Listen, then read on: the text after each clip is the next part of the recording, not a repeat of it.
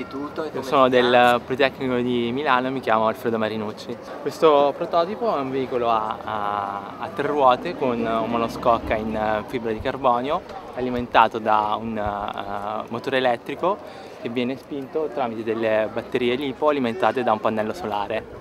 Con l'equivalente di un litro di benzina è in grado di percorrere quasi 9.000 km. Nell'ultima edizione della Shell Eco Marathon Europe ha vinto la categoria dei prototipi solari.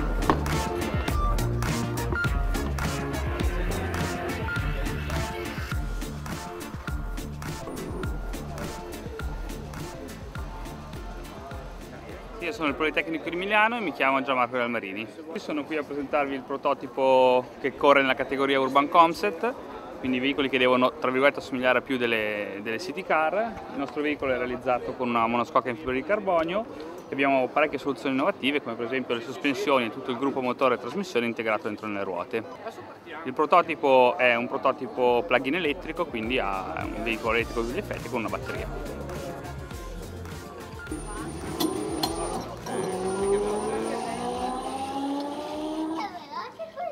Mi chiamo Antonio, veniamo dall'Università di Studi della Basilicata, il nostro prototipo si chiama Cinderella's Pumpkin.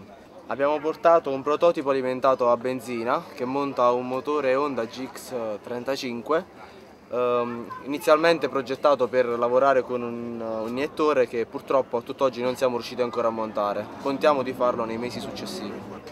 La nostra stima in termini di chilometraggio è di circa 600 km con un litro di benzina.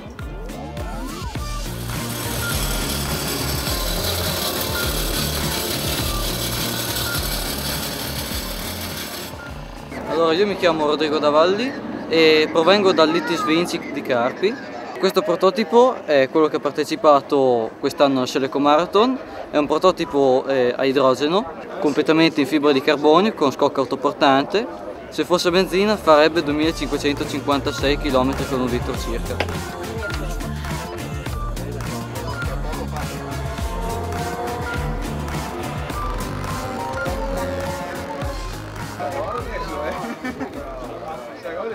Io mi chiamo Alberto Budinetti e vengo dall'ITIS Rossi di Vicenza.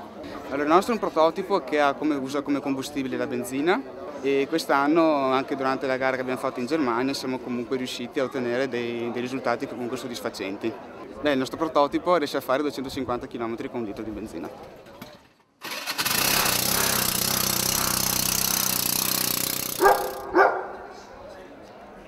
Ciao, io mi chiamo Marco Stocco e vengo dall'ITIP Bucci di Faenza.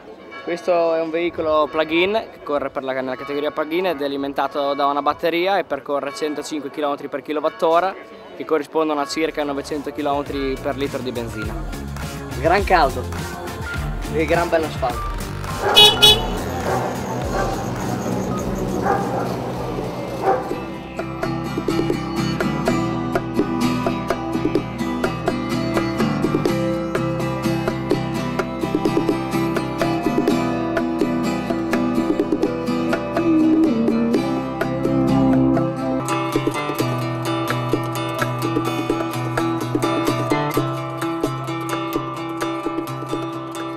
L'idea è nata per Boscardino Artistico, che è stata la mia scuola superiore.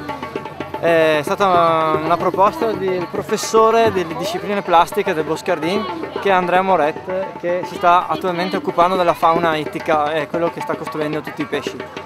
Niente, è una forma di sensibilizzazione, una performance artistica che voleva vedere noi e gli animali tutti della stessa terra. E non a caso abbiamo parlato degli animali del posto, degli animali indigeni che stanno tornando a ripopolare qui la zona del Retrone.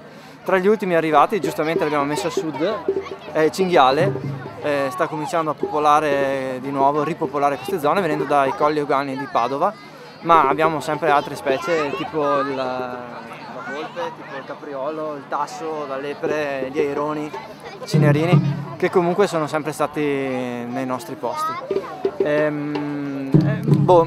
L'animale è sempre legato al proprio territorio, per cui difficilmente si parla di animale senza parlare di ambiente.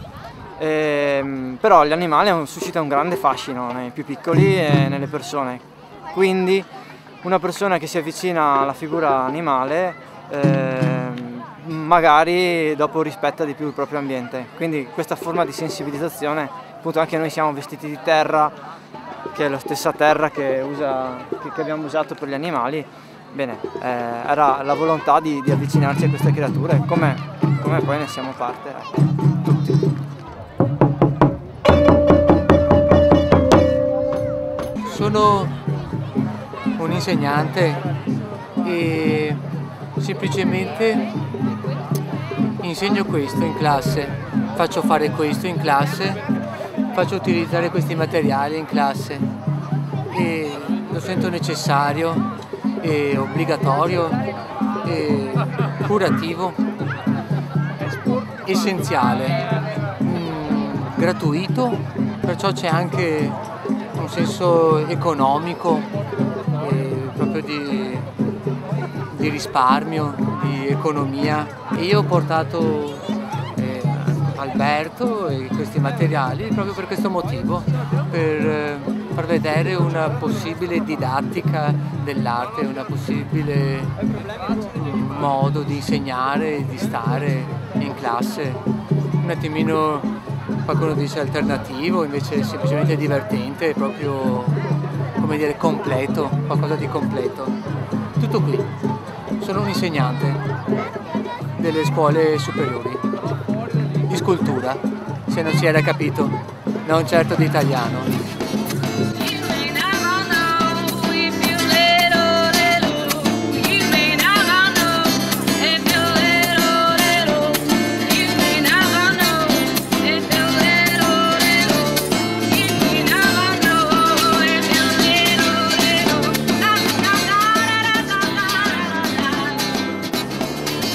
Quindi il Pietro Gaetano, il modello veneto, secondo lei è un modello ormai ovviamente in difficoltà, ma vede un orizzonte possibile per il modello veneto? Il modello veneto, che è un modello basato, ahimè, sulla cementificazione e il consumo del territorio, è un modello che direi quasi per definizione o per logica non è un modello lungimirante. A questo punto bisogna ripensare cosa vuol dire fare economia e cosa vuol dire fare economia tutelando il territorio da una parte e soprattutto garantendo benessere e occupazione agli abitanti. Le esperienze ci sono, le soluzioni politiche ed economiche ci sono, si tratta solo, come abbiamo raccontato questa sera, di portarle avanti e sostenerle ciascuno per il proprio compito e la propria responsabilità a partire dalle scelte quotidiane.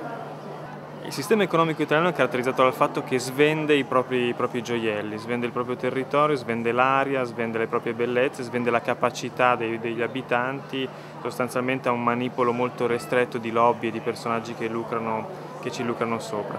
Allora forse le soluzioni per evitare questo tipo di problematica che appunto non ha futuro sono quelle di mirare all'efficienza, efficienza economica, efficienza energetica, al risparmio, all'assenza di spreco e soprattutto una ridistribuzione delle risorse che sia più equa, perché questo ha a che fare con la giustizia, ma soprattutto sia più efficiente, questo sì, dal punto di vista finanziario ed economico. Si tratta di sostanzialmente ripartire da una parolina che si chiama democrazia e quindi ridare il potere a chi ne è titolare di diritto, come dice la Costituzione, cioè alle persone. Prego. Sono Bruno Risas, Dario Brunori, rappresentante legale di questa ditta.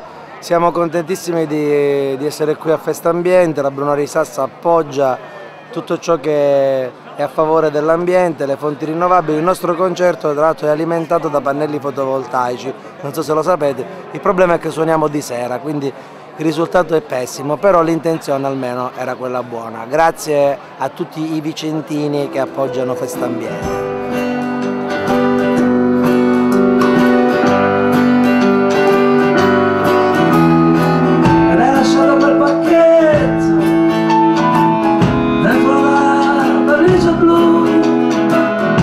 L'hai smesso 100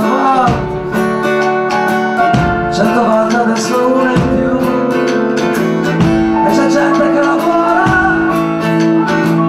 aspettando un altro lunedì, mentre il cielo si colora e riesce anche a sorprenderti.